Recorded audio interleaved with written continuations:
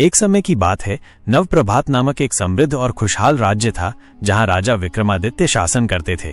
राजा अपनी 6 पत्नियों से बहुत प्रेम करते थे। वे एक नेकदिल और प्रजावत्सल राजा थे जिनके राज्य में मनुष्य, पशु पक्षी सभी सुखी और संतुष्ट थे।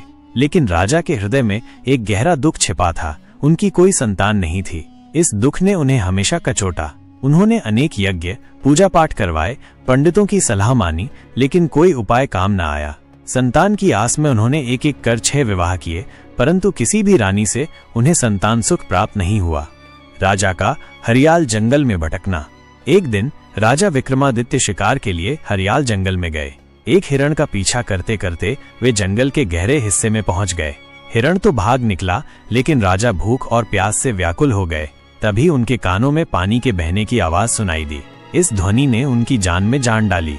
वे सोचने लगे कि पास ही कोई झरना होगा जिससे उनकी प्यास तो बुझ जाएगी। उन्होंने अपने घोड़े को उस दिशा में दौड़ा दिया। जल्द ही उनकी नजर एक खूबसूरत झरने पर पड़ी, लेकिन जैसे ही वे झरने के पास पहुंचे, एक स्त्री की आवाज गूंजी, अंधे हो क्या? दिखता नहीं, यहाँ एक लड़की स्नान कर रही है। भूख प्यास से व्याकुल राजा ने उस तरफ ध्यान ही नहीं दिया था। आवाज सुनते ही वे चौंक गए और तुरंत अपना मुंह दूसरी ओर फेर लिया। उन्होंने विनम्रता से कहा, क्षमा करें देवी, मैं इस जंगल में भूखा प्यासा भटक रहा हूँ, इसलिए आपको देख नहीं पाया। इतना कहकर वे कुछ दूरी पर चले गए। थोड़ी देर बाद वो लड़की स्नान करके राजा के पास आई। उसने सूखे वस्त्र पहने थे और हाथ में कुछ फल लिए थी। उसने कहा, महाशय, अब आप पानी पी सकते हैं। राजा ने झरने से पानी पिया और फल खाए, जिससे उनकी भूख प्यास शांत हुई। राजा ने लड़की की ओर देखकर पूछा, हे सुंदरी, तुम कौन हो और इस जंगल में अकेली क्या कर रही हो? लड़की ने जवाब दिया, मेरा नाम सूरजमुखी है। मैं पास के चंदनपुर गांव में रहती हूँ। रोज यहाँ स्नान करने और लकड़ियां इकट्ठा करने आती हूँ। ये झरना जंगल के बीच में है, इसलिए यहाँ कोई नहीं आता। सूरजमुखी से राजा का विवाह। राजा विक्रमादित्य सूरजमुखी की सादगी और सुंदरता से मोहित हो गए। उन्होंने कहा, सूरजमुखी, तुमने आज मेरी जान बचाई, इसके लिए मैं तुम्हारा आभारी हूँ। सूरजमुखी ने मुस्कुराते हुए कहा, महाशय, अब आप अपना परिचय दीजिए। राजा ने गंभीर स्वर में कहा, आज नहीं सुंदरी, फिर कभी मैं तुम्हें जरूर बताऊंगा। इतना कहकर वे अपने घोड़े पर सवार होकर राजमहल की ओर लौट गए। लेकिन सूरजमुखी की सादगी, सुंदरता और मधुर आवाज उनके मन में गहरे उतर गई थी। महल लौटने के बाद भी राजा का मन सूरजमुखी में अटका रहा। 6 रानियों के होते हुए भी वे उसके प्रति आकर्षित थे। परेशान होकर वे अपने विश्वास पात्र वजीर चंद्रप्रकाश के पास गए और सारी बात बताई। वजीर ने कहा, महाराज, यदि आपका मन इतना कह रहा है तो सूरजमुखी से विवाह कर लीजिए, शायद वही आपके लिए संतान सुख लाए। राजा को यह सलाह उचित लगी। अगले दिन वे वजीर के साथ उसी झरने पर गए, लेकिन सूरजमुखी वहां नहीं थी। वजीर ने सुझाव दिया कि वे चंदनपुर गांव में उसका पता करें। गांव पहुंचकर उन्होंने सूरजमुखी के घर का पता लगाया। वहां पहुंचने पर पता चला कि सूरजमुखी की मां का देहांत हो गया था और वो अकेली थी। गांव वालों ने राजा का परिचय जानकर उनका भव्य स्वागत किया। राजा ने गांव के मुखिया से कहा, यदि आप लोगों को कोई आपत्ति न हो तो मैं सूरजमुखी से विवाह करना चाहता हूँ। मुखिया और गांव वाले खुशी से झूम उठे। जल्दी जल्दी विवाह की तैयारियां हुई और राजा ने सूरजमुखी से विवाह कर लिया। उन्होंने उसका नया नाम रखा रानी सूर्यकांता। विवाह के बाद राजा अपनी 7वीं पत्नी रानी सूर्यकांता और वजीर के साथ राजमहल लौट आए। रानियों की ईर्ष्या और साजिश। जब 6 रानियों को इसकी खबर लगी, वे ईर्ष्या से जल उठीं। ऊपरी तौर पर उन्होंने रानी सूर्यकांता का स्वागत किया, लेकिन उनके मन में जलन थी। समय बीता और राजा का अधिकांश समय सूर्यकांता के साथ बीतने लगा। इससे अन्य रानियां और अधिक जलने लगीं। एक दिन रानी सूर्यकांता ने राजा को खुशखबरी दी कि वे पिता बनने वाले हैं। राजा की खुशी का ठिकाना न रहा। उन्होंने कुलगुरु को बुलाकर आदेश दिया कि रानी सूर्यकांता को रोज धार्मिक और प्रेरक कथाएं सुनाई जाएं। ये खबर पूरे राज्य में फैल गई और चारों ओर बधाइयों का माहौल था। लेकिन अन्य रानियों के मन में आग भड़क उठी। उन्होंने साजिश रची कि सूर्यकांता को संतान सुख न मिले ताकि उनका वर्चस्व बना रहे। रानी सूर्यकांता का गर्भावस्था का समय पूरा होने को था। तभी राज्य की सीमा पर विद्रोहियों ने हमला कर दिया।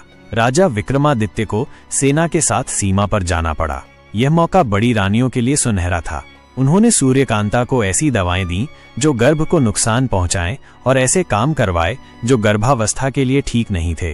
सूर्यकांता का भोला स्वभाव उनकी साजिश का शिकार बन गया।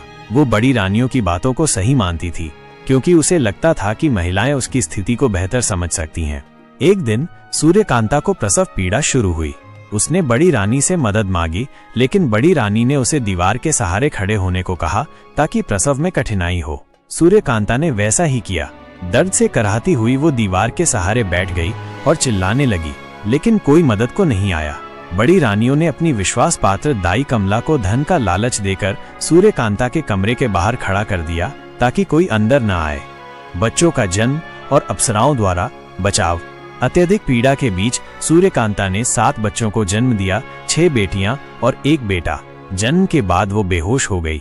दाई ने बच्चों को देखा और बड़ी रानियों को खबर दी। ईर्ष्या से भरी रानियों ने दाई को बच्चों को जंगल में ले जाकर दफनाने का आदेश दिया। दाई ने धन के लालच में बच्चों को जंगल में ले लिया। रानियों ने सूर्यकांता के पास ईंट पत्थर रख दिए। जंगल में जब दाई बच्चों को दफनाने लगी, तभी आकाश मार्ग से देवी सरस्वती की कुछ अप्सराएं वहां से गुजर रही थीं। बच्चों पर दया करके उन्होंने उन्हें उठा लिया और आंधी चलाकर दाई को भ्रमित कर दिया। दाई ने महल लौटकर झूठ बोला कि उसने बच्चों को दफन कर दिया।